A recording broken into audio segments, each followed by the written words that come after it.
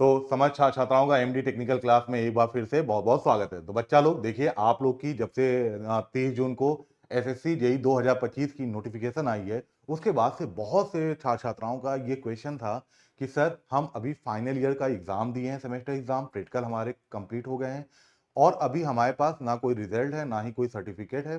तो क्या हम एसएससी जेईई का फॉर्म फिल अप कर सकते हैं? और फिर फॉर्म फिल अप करने के बाद आगे के जितने भी प्रोसेस हैं सिलेक्शन के, क्या उसमें भी इन्वॉल्व हो सकते हैं? इसी एक क्या कहते हैं, एक इम्पोर्टेंट मुद्दे पे हम आपके लिए एक वीडियो ले आ रहे हैं। आज हम आपको बताएँगे कि क्या फाइनल ईयर के स्टूडेंट जो कि सेमेस्टर एग्ज़ाम अभी दे चुके हैं, क्या वो एसएससी जेईई का फॉर्म फिल अप कर सकते हैं कि नहीं? तो आइए बेटा सभी लोग ध्यान सुनिएगा, जो नोटिफ़िकेशन आपको 30 जून का एसएससी जेईई का आया था, उस नोटिफ़िकेशन के आप पेज नंबर 4 पे आइए, ठीक है ना? यहाँ तो इम्पोर्टेंट सारी डेट्स है, वो अभी मैं आपको फिर से एक बार सारी चीज़ बता दूँगा। फिलहाल आप क्या करना है, पेज नंबर 4 पे आइएगा, पैरा 2.4 पेज नंबर 4 के पैरा 2.4 जो पॉइंट है आपका, ज़रा देखिए ये पॉइंट कहना क्या चाहता है?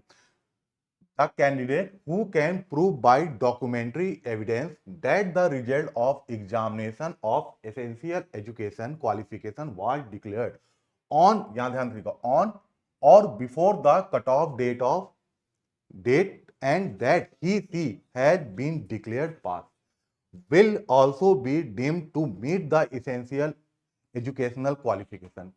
मैं आपको इस सबका अर्थ अभी समझाता हूं।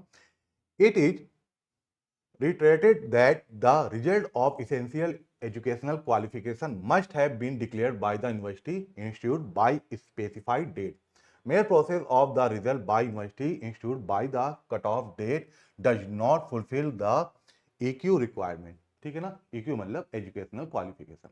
मेरे बच्चों इस पूरे पैरा का मतलब ये है कि अगर आप फाइनल ईयर के स्टूडेंट हैं, आपने सेमेस्टर एग्जाम अपना दे चुके हैं, आपने अपने प्रैक्टिकल को कंप्लीट कर लिया है, अब आप ध्यान रखिएगा कि कट ऑफ का जो भी डेट होगा एसएससी जेईई एग्जामिनेशन का, कट ऑफ डेट से पहले या उसी दिन जिस दिन कट ऑफ आपका क्या कहते हैं जारी होगा, तब तक आपका फाइनल ईयर के, चाहे आप बीटेक के हैं चाहे आप डिप्लोमा के, इनका रिजल्ट आपके पास आ जाना चाहिए और इनका सर्टिफिकेट भी, डेथ सर्टिफिकेट या डिग्री भी आपके पास आ जानी चाहिए।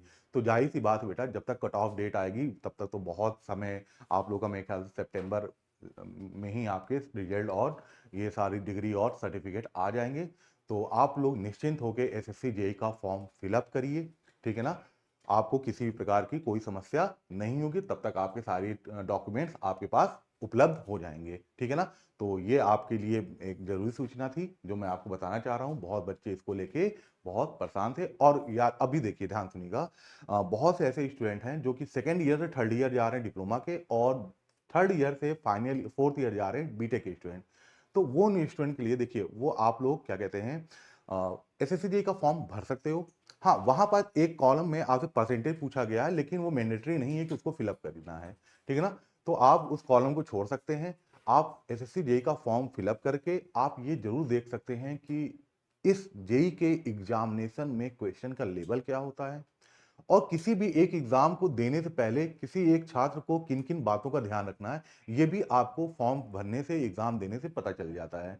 तो मैं तो यही चाहूंगा कि जो बच्चे पहले से ही जिनके दिमाग में है कि मुझे जूनियर इंजीनियर बनना है, अगर वो थर्ड ईयर से फाइनल ईयर जा रहे हैं बीटेक के स्टूडेंट, या डिप्लोमा के बच्चे सेकेंड ईयर से थर्ड ईयर जा रहे हैं, वो भी इस फॉर्म को भर के एग्जाम दे सकते हैं। और जो स्टूडेंट बेटा पास आउट हुए हैं उनको तो बिल्कुल क्लियर कट रहना चाहिए कि हाँ, मैं इस फॉर्म को फिलअप भी कर सकता हूँ, कट ऑफ डेट से पहले मेरे सारे डॉक्यूमेंट भी हमारे पास हो जाएंगे। फिर हम जितने भी बेटा प्रोसेसिंग होते हैं, ठीक है ना, सिलेक्शन के, उन सभी को आप क्लियर करते हुए आगे बढ़ेंगे। तो मैं यही आशा करता हूं कि आप सभी अपनी पढ़ाई को अच्छे से कर रहे होंगे। ईश्वर करे, ऊपर करे कि आपकी मेहनत साथ दे आपका और आप जरूर एक देश के भावी जूनियर इंजीनियर बने। ध्यान रखिएगा, उसके लिए मेहनत करना और पढ़ाई आपका है, ठीक है ना? बहुत बहुत धन्यवाद।